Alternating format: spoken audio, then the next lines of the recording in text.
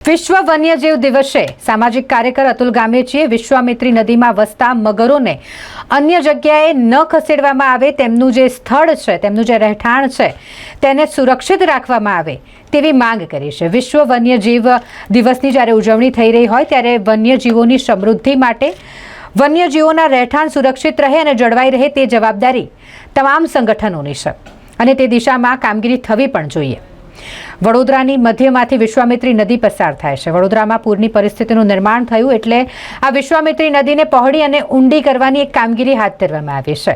આ જ વિશ્વામિત્રી નદીમાં ઘણા બધા મગરો, કાચબાઓ અને જળચર જીવો વસવાટ કરે છે અને જેમના રહેઠાણને હાલ નુકસાન પહોંચી રહ્યું હોય તેવું કહી શકાય। જ્યારે આ કામગીરી કરવામાં આવી રહી છે નદીને પહોળી કરવાની અને ઊંડી કરવાની, આ દરમિયાન ઘણા બધા મગરોના મૃત્યુ પામ્યા હોય તેવા કિસ્સાઓ સામે આવી રહ્યા છે। એક બાદ એક મગરના મૃતદેહ નદીમાંથી મળી રહ્યા છે। તેવામાં આ જળચર જીવોના જીવ બચાવી શકાય તે દિશામાં પાલિકાએ કામગીરી કરવી જોઈએ, તેમને અન્ય જગ્યાએ ન ખસેડવા જોઈએ અને તેમના રહેઠાણને સુરક્ષિત રાખવું જોઈએ તેવી માંગ સામાજિક કાર્યકર અતુલ ગામેચીએ કરી છે।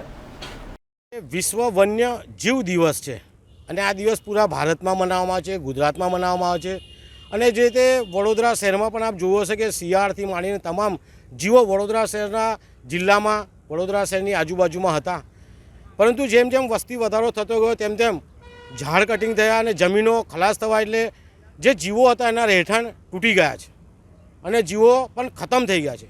બીજી બાજુ આજે વિશ્વ વન્ય જીવ દિવસ છે ત્યારે વડોદરા શહેરની જે પવિત્ર વિશ્વામિત્રી નદી છે આ નદીમાં પૂરના પાણી આવ્યા હતા અને પૂરના પાણી લીધે કરોડો રૂપિયાનું નુકસાન થયું ત્યારે વડોદરા મહાનગરપાલિકા અને કલેક્ટર દ્વારા વિશ્વામિત્રી નદીને પહોળી કરવામાં આવી છે, પરંતુ આ જ વિશ્વામિત્રી નદીની અંદર અનેક જીવો છે અને એ જીવોના રહેઠાણ છે। જોવા જઈએ તો મગરો અહીંયા રહે છે અને મગરોના પણ અહીંયા રહેઠાણ છે।